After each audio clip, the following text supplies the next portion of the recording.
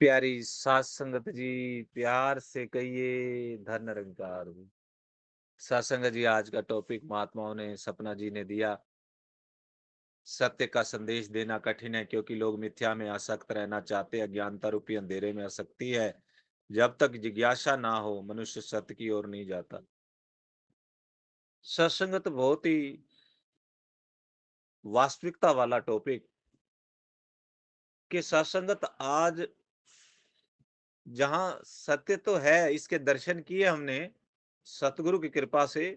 निराकार के दर्शन साकार के आनंद ले रहे हैं। लेकिन साथ संगत ये भी सच है कि जो असत्य है, भले ही उसकी जो ताकत है, उसका काम कुछ समय के लिए होता है, लेकिन वो है। साथ संगत इस संसार के अंदर जितने भी गलत क्रियाकलाप होते हैं, इंसान जब पतन की ओर जाता है तो सत्संगत वो किसी माया के चक्कर में फंस जाता है। माया उसको ठग लेती है।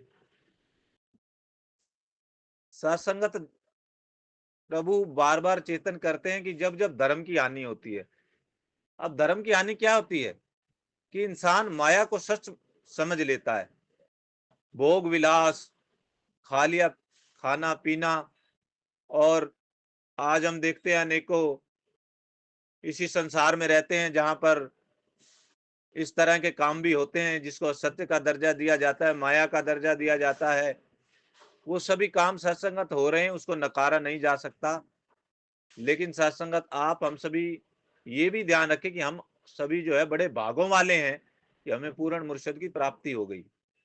सत्संगत जी, भगवान कृष्ण जी के टाइम में जब सत्संगत इंद्र ने अपना प्रकोप जो है वहां पर दिखाया, इतना तूफान आंधी बरसात हुई, तो फिर क्या हुआ सत्संगत, वो जो जितने जो संत महात्मा प्रभु के प्यारे थे ना, वो प्रभु ने पर्वत उठा लिया गोवर्धन उंगली पर। तो सारे जो महात्मा थे वो अपने प्रभु के पास आ गए। वो सभी जो है उसके प्रकोप से बच गए। और जो उसके नीचे नहीं आए, अलग रह गए, तो सत्संगत उनका तो क्या ही हाल हुआ होगा। तो दास को यही महसूस होता है कि आज जो दरा के ऊपर सतगुरु माता सुदीक्षा सुंदर हरदेव जी महाराज विराजमान है ना सत्संगत, हम सभी इनकी छतरी के नीचे हैं, इनकी छत्र छाया में है। हम सभी सुखी हैं। आप देख रहे हैं, ये नहीं कि संत महात्माओं के जीवन में दुख नहीं आता, कठिनाइयां नहीं आती, लेकिन क्योंकि वो गुरु के फार्मूले पर चलते हैं, गुरु के दिखाए रास्ते पर चलते हैं, गुरु की सिखलाई के ऊपर चलते हैं, इसलिए उनका कुछ नहीं बिगड़ता। ये दुख भी उनको कोई हानि नहीं पहुंचा सकता, सुख में वो आपे से बाहर नहीं होते, क्योंकि वो प्रभु के साथ जुड़े हैं। अवतार वाणी के अंदर बाबा अवतार सिंह जी महाराज चेतन करते हैं, बच जांदा वो दाना जेड़ा किल्ली नाल खलो जांदा। पंजाबी का शब्द है। भाव ये है कि बच जाता है दाना। जो घर में पहले हम चक्की चलाते थे, हमारी माताएं बहनें, तो जो उसके सेंटर में एक पॉइंट होता था, वहां जो दाना आ जाता था गेहूं का, वहां वो बच जाता था, दोनों पार्टों के बीच में पिसने से बच जाता था। तो ये जो माया रूपी जो ये दो पार्ट चल रहे हैं आपस में, तो यदि इंसान चेतन होकर के संतों का संग नहीं करता है, गुरु का संग नहीं करता है, गुरु की शरण नहीं आता है, वो पिस जाता है। पिस जांदा वो दाना जेड़ा आप मारा हो जाता है, जो अपनी मन मत के सहारे होता है, वो इन पार्टों के बीच में पिस जाता है, जिसका जिक्र यहां पर हो रहा है कि असत्य के साथ आदमी जल्दी जुड़ जाता है, असत्य अपनी ओर खींचता है। सासंगत ये माया है। हम एक एग्जाम्पल उस रूप में भी अक्सर श्रवण करते हैं। गुड़ गर्म बन रहा है, एक मक्खी आई और वो मक्खी गुड़ का आनंद लेने के लिए उसके ऊपर बैठ गई। गुड़ गीला था, मक्खी बैठी, जब तक तो मुंह में मीठा मीठा जाता रहा, आनंद आता रहा। लेकिन जब पेट भरा, जब सोचा कि अब उड़ जाऊं, उड़ ना पाई क्योंकि पैर फंस गए उसके अंदर। चेतन नहीं थी, जागरूकता नहीं थी, विवेक जागृत नहीं था। और विवेक सत्संग से प्राप्त होता है।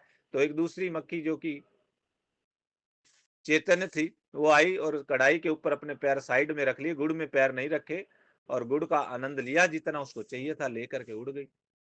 तो ये हमारे जीवन में भी है कि अगर हम इस माया में इतने फंस गए, दिन रात एक कर दिया, भोग विलास निद्रा भोजन भोग वह ये सब करते रहे, तो फिर पतन हो जाता है इंसान का। प्रभु का नाम नहीं लिया, निरंतर यही करते रहे, तो क्या होगा सत्संग? उसी का जिक्र इस टॉपिक में हो रहा है कि इंसान का पतन हो जाएगा, वो फिर वापस 84 लाख योनियों की तरफ चला जाएगा। इसलिए सत्संगत महात्मा सारे संसार को चेतन करते हैं, आओ रब दे दर्शन कर लो और जुड़ जाओ प्रभु के साथ, प्रभु की बात मान लो समय रहते, मुक्त हो जाओ। क्यों फिर इतने लंबे सजा काटोगे, इतनी लंबी 84 लाख योनियों की? फिर जा करके कहीं जन्म होगा, और फिर भी अगर धरती के ऊपर पूर्ण मुर्शद गुरु की शरण में नहीं आए तो फिर वापिस में कब तक भटकोगे? बहुत बड़ी भटकन है। बच जाओ, आ जाओ, जाग जाओ, प्यार से कहिए धन्यकार।